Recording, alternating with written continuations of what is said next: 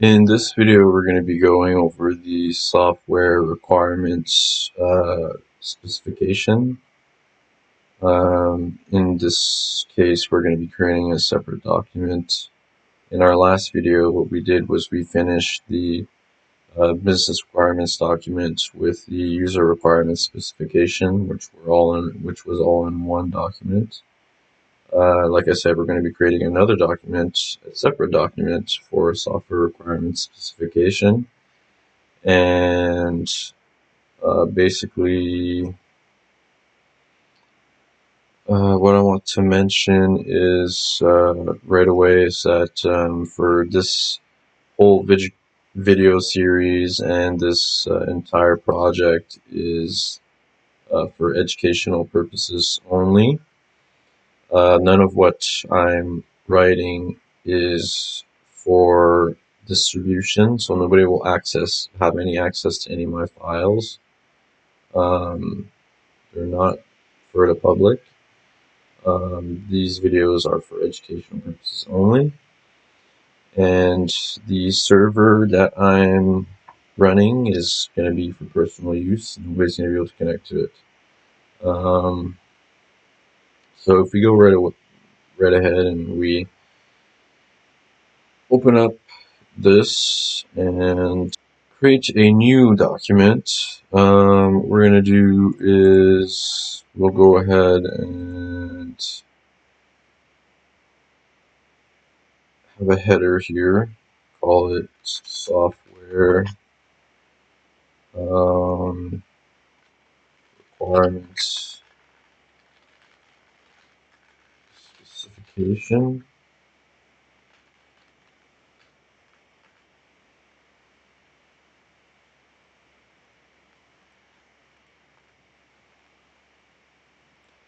So we'll follow what ChatGPT outlined here. I'm going to try to not read the examples and think for myself, which is very important, obviously. And so, let's see here. The first part says, so software requirements specification. I'm guessing in the case of software, well, I guess we could read just about the software requirements specification in general.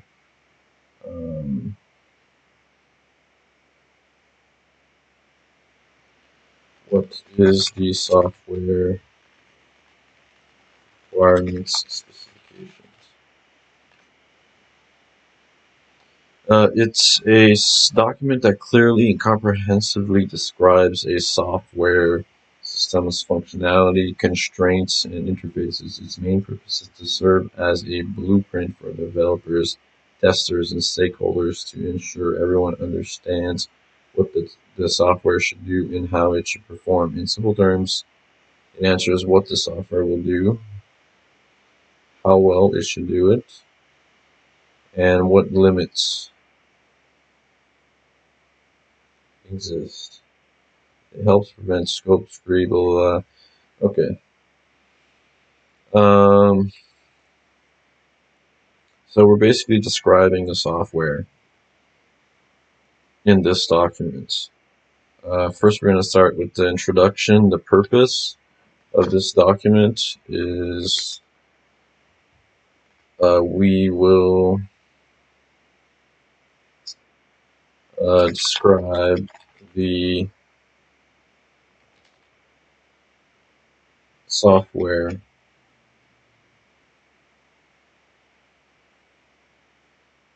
for this project. We are describing the software for this project so others software stakeholders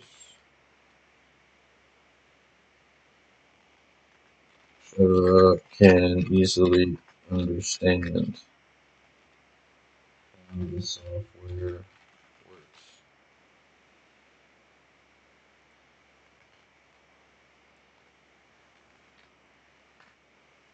The scope.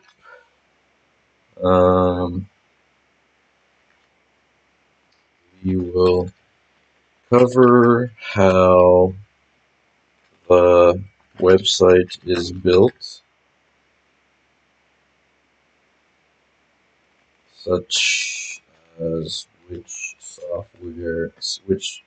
platforms, languages, APIs were used.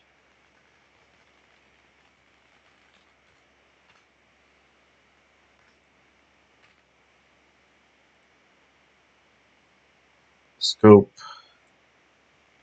Cover how the website is built. Cover how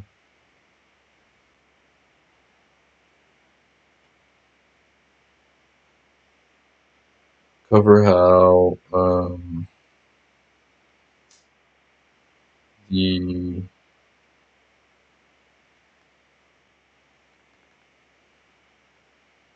cover how the website is built. This is which platforms, languages, and APIs were used. How the website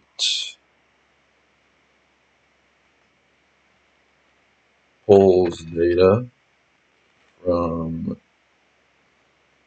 the back end. Cover how the website interacts with back-end layer. Cover how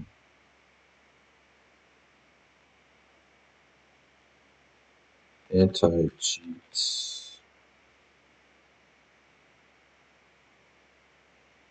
works in the back end. The server.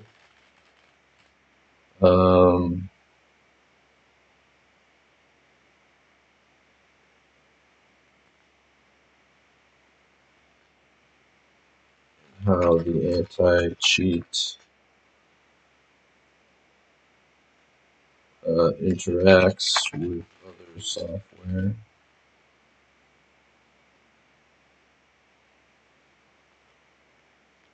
And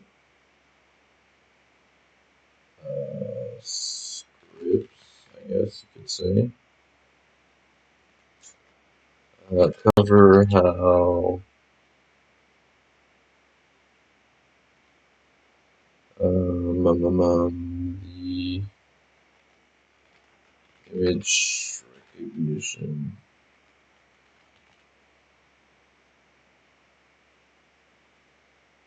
cover how the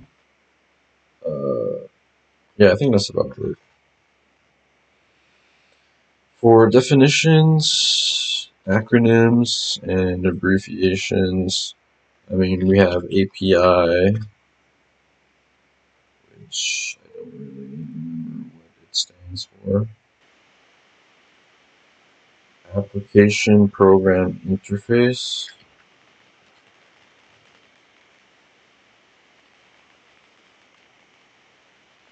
Use interface used interface with readily available code to facilitate program.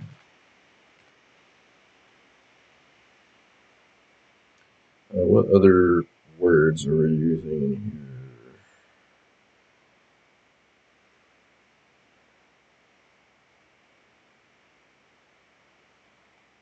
Anti-cheat.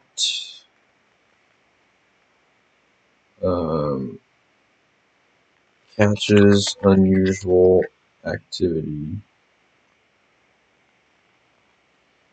I mean, usually an anti-cheat is a separate program that runs on the client's computer rather than on the server. But again, this is for the purpose of this server side anti-cheat is for learning purposes. That has nothing to do with creating a real anti-cheat, like for a real world scenario. but it does work as an anti-cheat. It's not practical because it's running on the server, and if an anti-cheat's running on the server, there's no way, because it would use way too much resources. I don't keep saying that, but it's the truth. I also want to specify, correct one thing that I said wrong in the previous videos. I think I said something like the software requirements specification, which is what we're writing right now. Right, this document is where we create the diagrams, like use case, UML, sequence, activity, and such. No, actually, that's part of the next phase. I think it's the design phase of the Agile methodology. But yeah, so here the definitions, acronyms, and abbreviations. We're just trying to explain the words that maybe some other people won't really understand. They don't know what it means, what it is. So the document's easier to read. So we're just clarifying, basically. So anti-cheat would be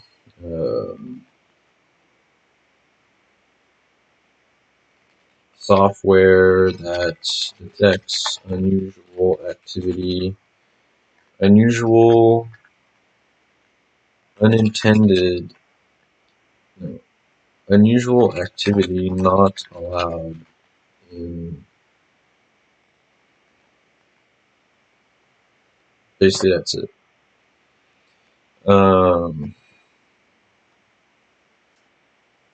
mean, that's all really right now.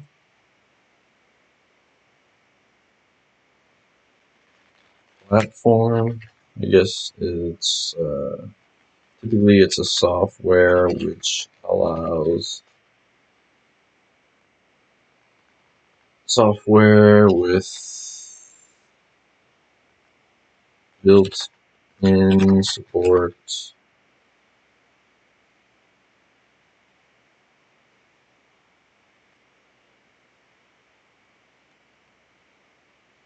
for APIs and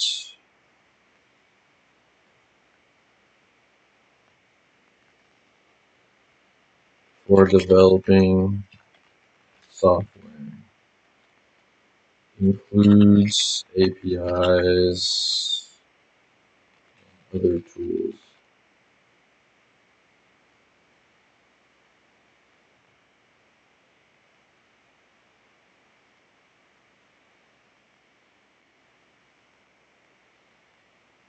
Built-in support for APIs and other tools for facilitating software development. I don't know if this how accurate this is, because I don't really know the actual definition of a platform in the context of what we're doing. But yeah, so from what my own experiences, platform is some kind of software that we use that, it has all the built-in support, has APIs and other tools, so that we can write our applications, develop our own applications and websites. It's much easier because everything's integrated. What else can we describe that, other people might not know or understand that we're using in this software requirement specification document?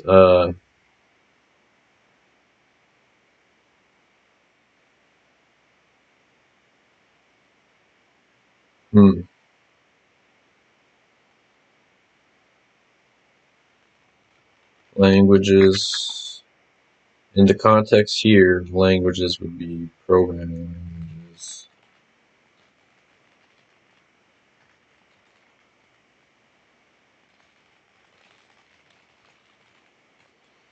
So we can stop there because there isn't that much right now, and move on to the next point. The next point is references.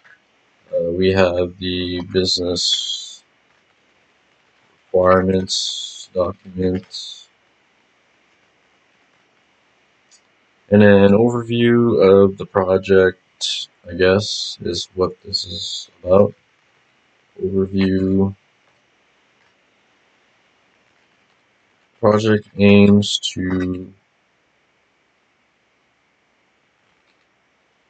teach myself how to develop image recognition software,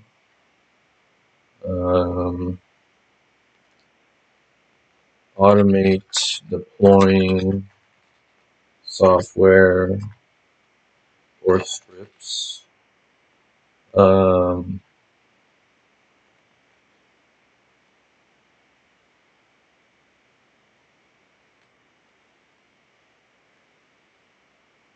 teach me,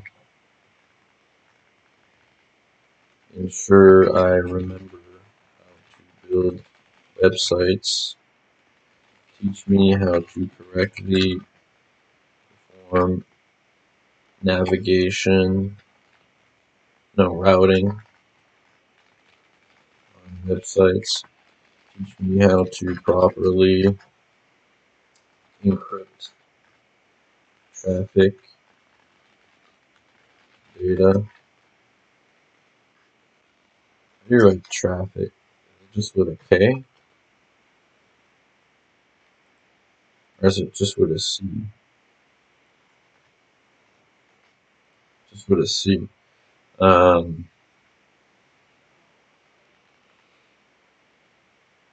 Learn neural networks, which I think is part of the simple image recognition that I'm going to be developing. Ensure I remember how to perform. For the machine learning, it's what's the thing called again?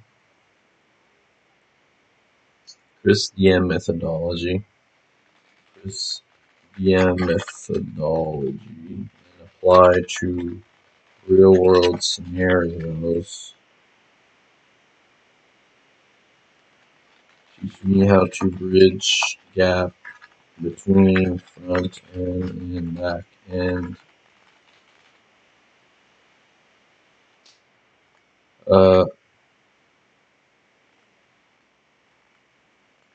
Ensure I remember how to write SQL queries, which I do. It's just, I know, it's just, I don't have a lot of experience with it, so I often forget things. Um,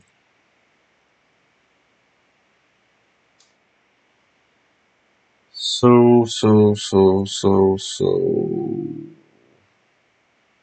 I think that's about it for the introduction.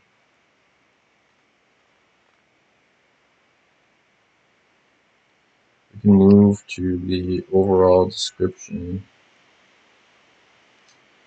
The product perspective. What do they mean by that?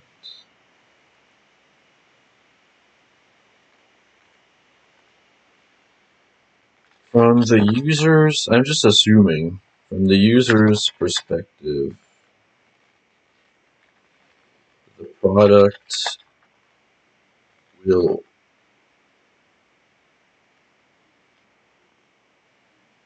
facilitate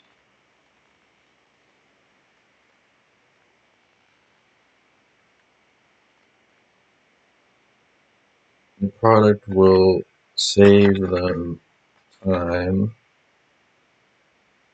and resources instead of booting up the game to view character data. They can visit the website which will show them character data. The users perspective also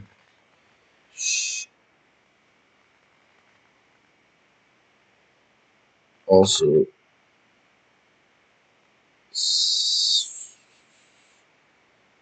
um, is good perspective. The user's perspective in terms of playing good because they see this server is tackling the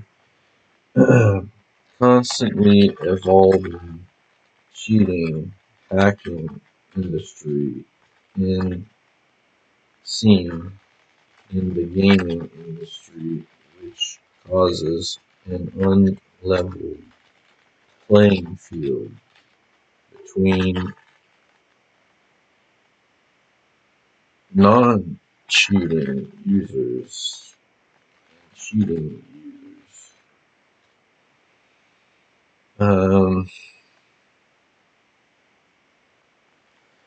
The user's perspective of the website is nice, will be good because they see a professional uh, business, professional setup, like a real business, where you have a website that represents your company. Again, I'm going to mention this again. This is just theoretically, right? Because it's like I said, like this project is all for educational purposes. Nobody will have access to anything I'm doing. They cannot connect to the server, to the game, or anything. They do not have access to any of the files. This is all for me to learn, and this is when I write user's perspective. I'm just saying if somebody was to actually, play my game, visit my website, and register, and this and that. This is what they would think, right? This is their perspective. There's perspectives that my product saved them time and resources.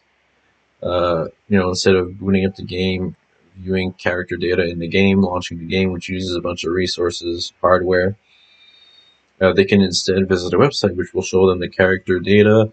It's much more resource saving. I don't know what the term is. And then the playing environment will be good because they see that the server is constantly attacking, evolving, cheating, hacking scene in the gaming industry, which causes an unlevel playing field between non-cheating users and cheating users. And then the user's perspective of the website will be good because they see it's a professional setup. It's like a real business. We have a website, we have a game. You have your database storing all the information. It's a professional setup. Website would be nice and neat. This and that. Product functions. Um, Product functions. I'm guessing it's just the way the product does. So, in terms of what I'm actually doing for this project, what's the product functions?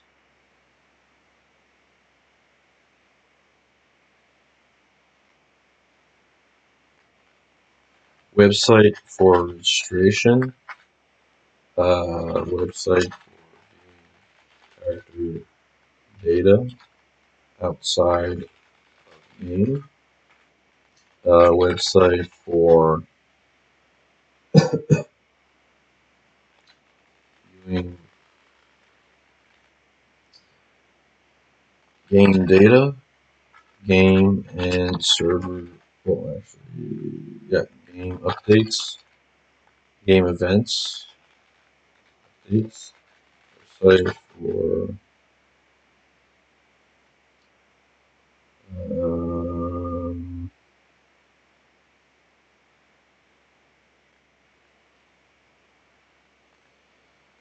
let's see what else. Anti-cheat, to prevent cheaters, obviously. I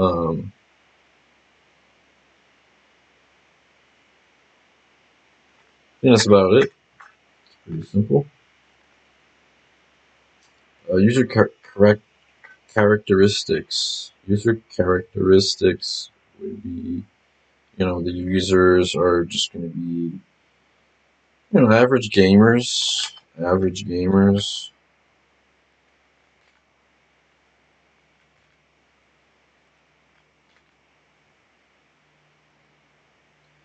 Average gamers.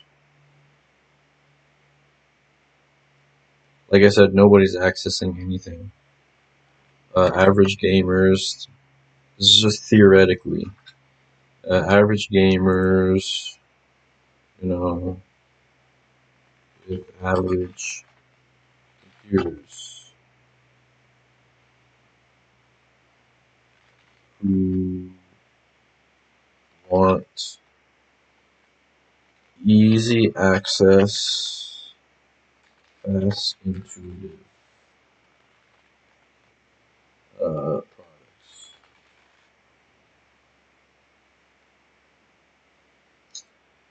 Constraints. No money. I mean, yes, but I'm not spending any money on this project. And that's about it, really. I have time right now, at the moment. Free time. Assumptions and dependencies. We're gonna need, I'm gonna build my website using Angular. I'm gonna be using GitHub.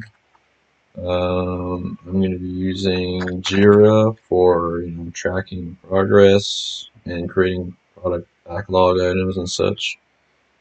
I'm gonna need an ID. I'm gonna be using,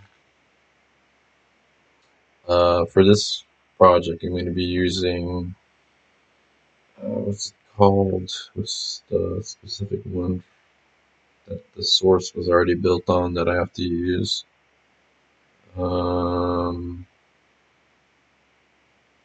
IntelliJ.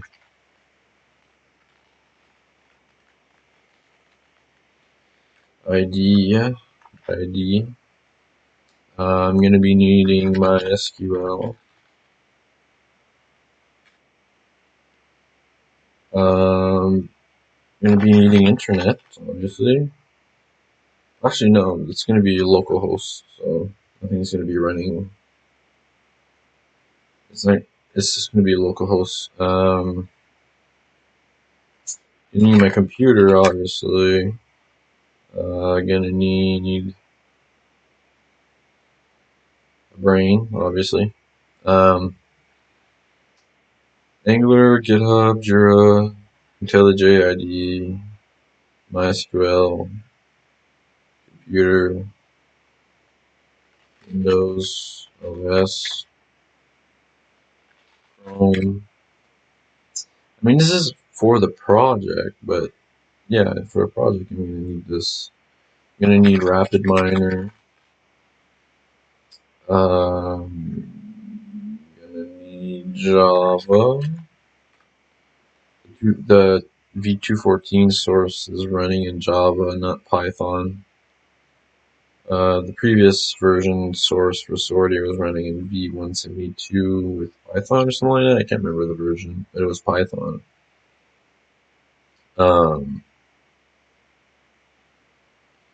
Java, and then what else do we need?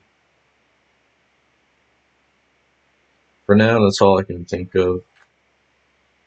So we have the overall description, I think. Yeah. Next, we're going to move to the specific requirements. For specific requirements, we have functional requirements. So this is what the product needs to do. The product needs to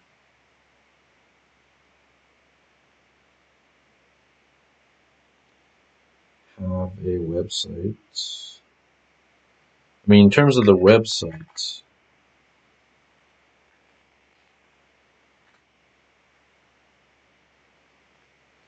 the website's going to need to page. I mean, a lot of these things, like, it seems like we're repeating what we're doing from the previous requirements gathering steps, like business requirements document and like user requirements specification, whatever. Homepage, registration page.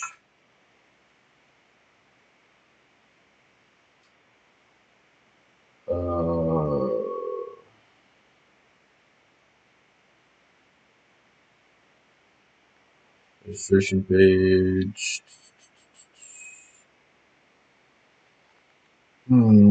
User control panel. No, but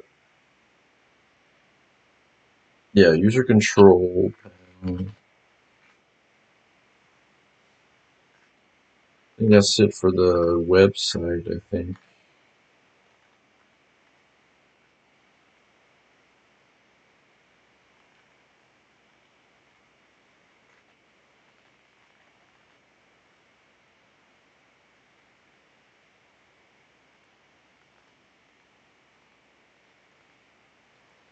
What else? We're gonna have the anti-cheat. The anti-cheat is going to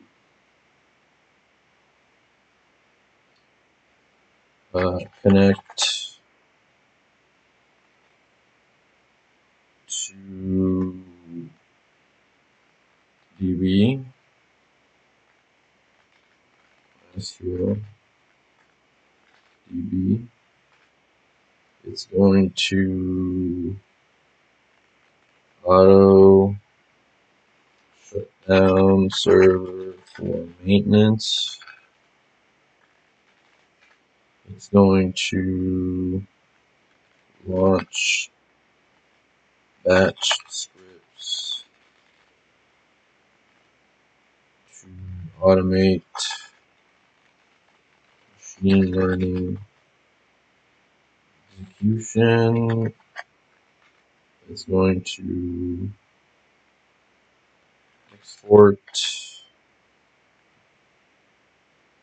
I guess we could, we could expand on this. So connect to DB is going to export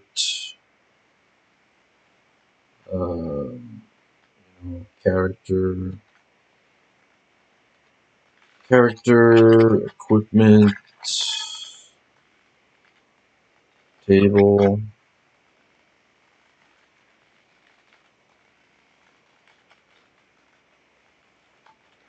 That's where we're going to get the stats for the equipment.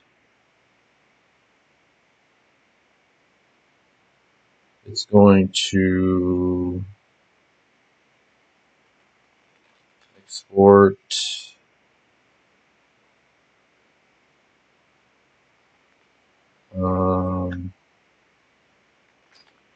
character table for the stats of the character. And then the last thing that you would technically need to include for the proper damage calculation to figure out if the player is cheating or not is their active skills slash buffs at the time of the damage, because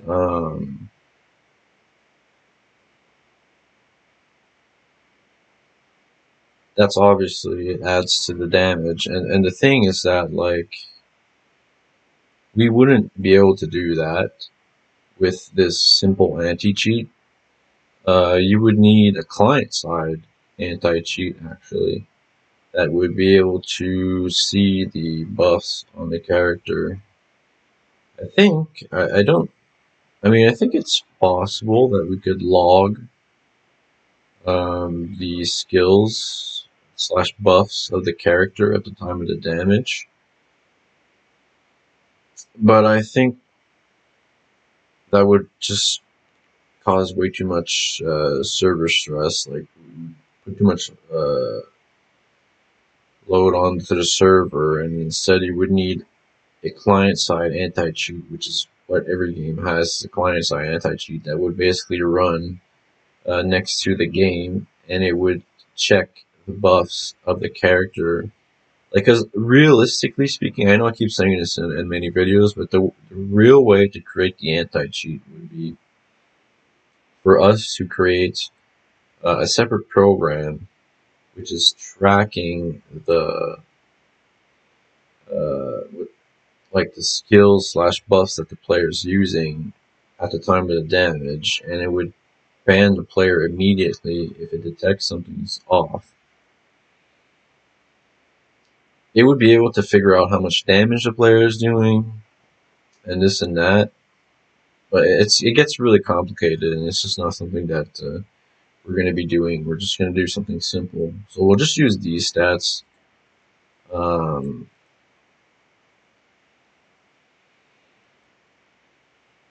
and then with that, cheat, connect, export character equipment table, export character table, auto shutdown, server maintenance.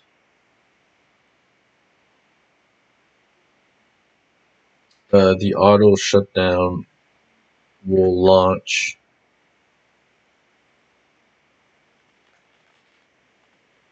batch script, which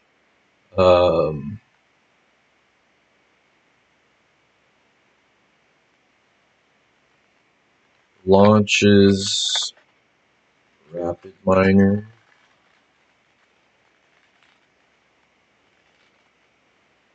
and imports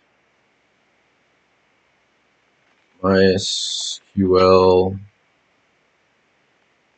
table data and feeds data.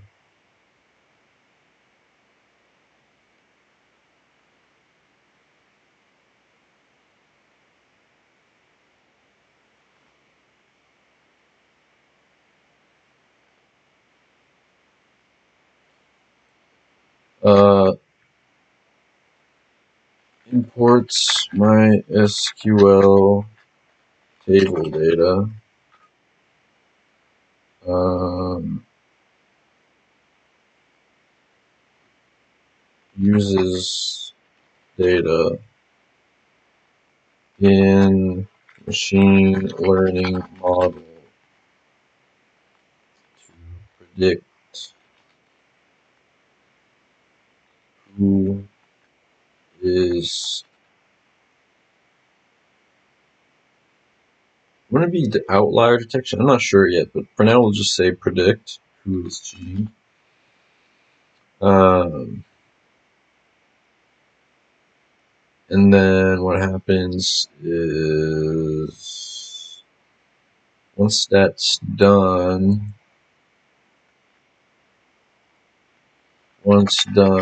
launches a separate batch script.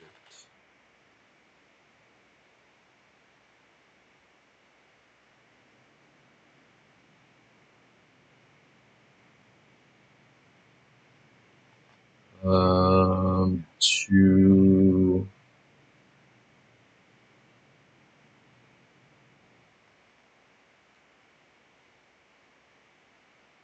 launch server.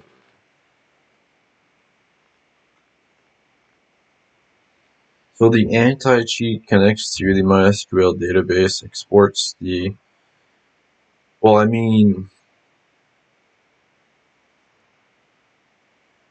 the way it would work actually is more like,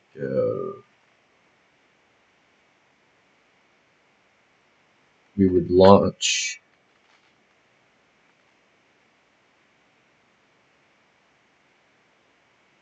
okay, no, it's right there, yeah. Oops. So anti-cheat auto shutdown well, actually no, it connects to the database.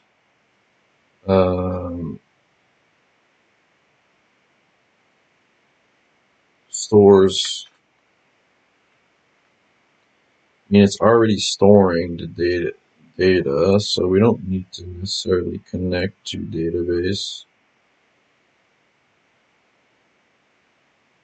Well, I guess we could have the server do that, but I don't think it would be the right thing to do. Just have like the server as in the running server versus the computer that's running the server. So what we would do is we would probably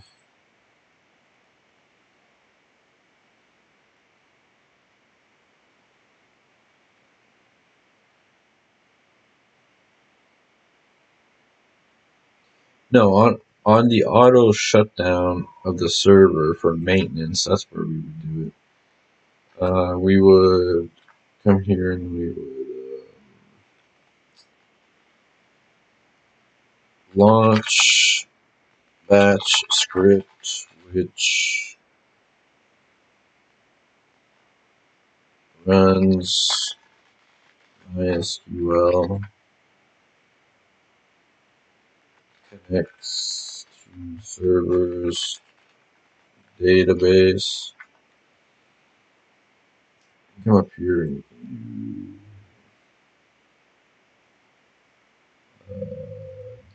DB is database where all data is stored. Game and website.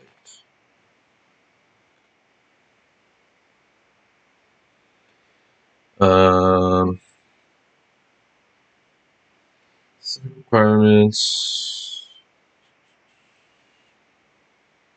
Yeah, like I said, launch batch script, which runs MySQL, connects to server DB, and it exports um,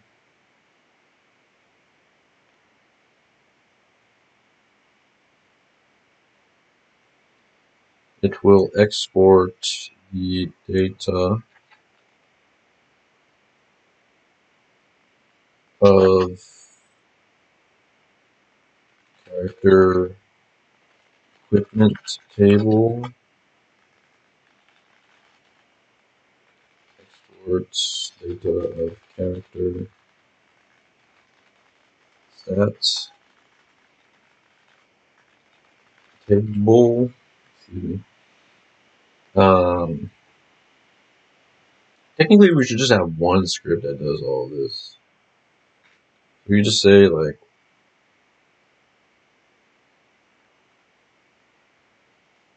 one script.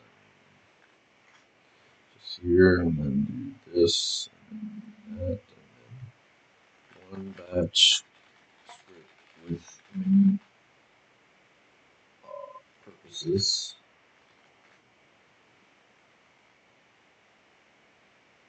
And then this one would be like that, and then this would be like this, and that would be like this. I guess it would be more like it would be like one.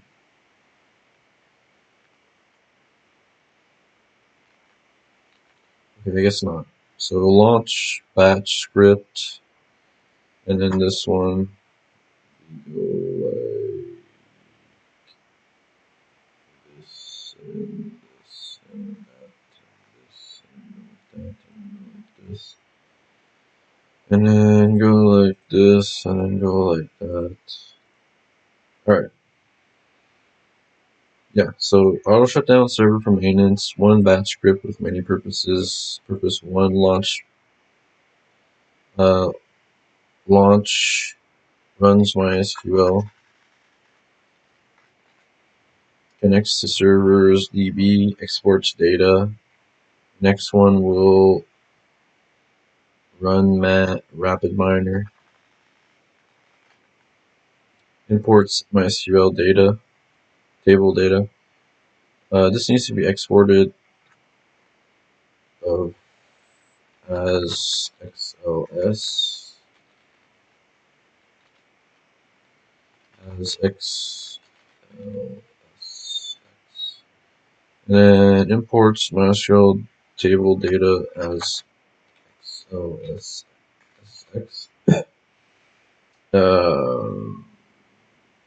Imports and then uses data in machine learning model to predict who is cheating. Once done, what we're going to do is we're going to extract which players are declared as cheating, and then from this ban cheating players via MySQL script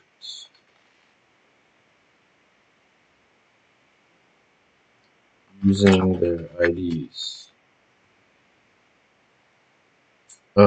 Once done, launches a separate batch script to relaunch the server. So automatically shuts down the server, performs all of this stuff, and then once it's done, it relaunches the server automatically so people can play. So it's like an automatic anti-cheat maintenance in a way.